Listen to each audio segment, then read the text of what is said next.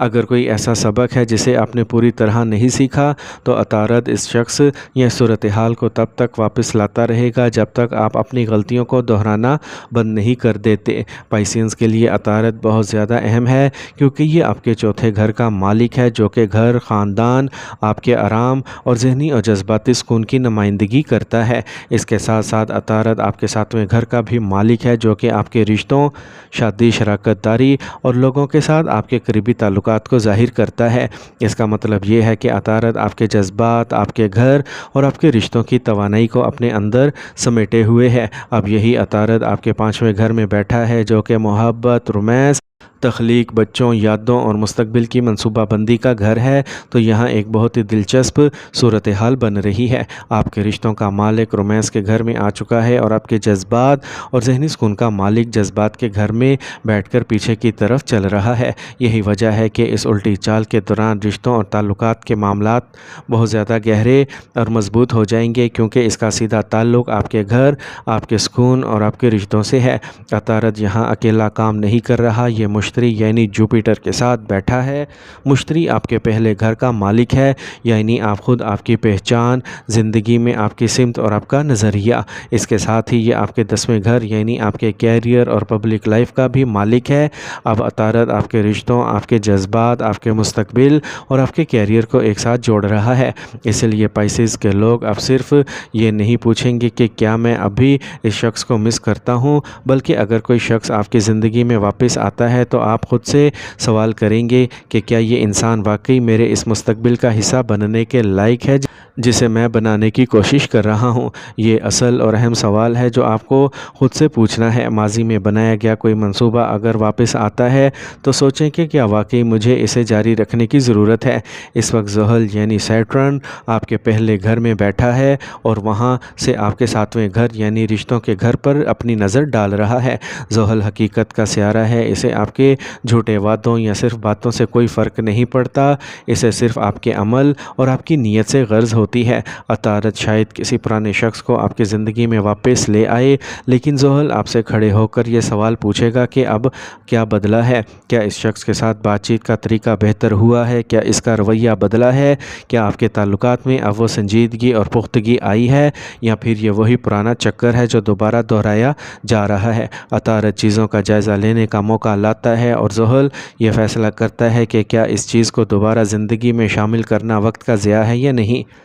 یہاں ایک اور بڑی غلطی ہے جو لوگ عطارد کی اس الٹی چال کے دوران کرتے ہیں، وہ پرانی شناسائی کو اپنی تقدیر سمجھ بیٹھتے ہیں۔ جب کوئی پرانا شخص واپس آتا ہے تو آپ کے پرانے جذبات اور پرانی یادیں اچانک جاگ اٹھتی ہیں اور آپ کو یکدم ایسا لگنے لگتا ہے کہ شاید ہم دونوں کا ملنا ہی قسمت میں لکھا تھا۔ لیکن یہاں آپ کو بہت زیادہ محتاط رہنے کی ضرورت ہے۔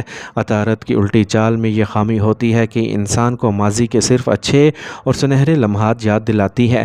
آپ کو صرف اچھی باتیں یاد آئیں گی، وہ بہترین کیمسٹری یاد آئے گی، یہ یاد آئے گا کہ انہوں نے آپ کو کتنا اچھا محسوس کروایا تھا، لیکن آپ بڑی آسانی سے وہ تمام وجوہات بھول جائیں گے جن کی وجہ سے وہ رشتہ ختم ہوا تھا۔ عطارد صرف یادیں واپس لا سکتا ہے لیکن زحل آپ کو حقائق یاد رکھنے پر مجبور کرے گا۔ یہ دو بالکل الگ چیزیں ہیں۔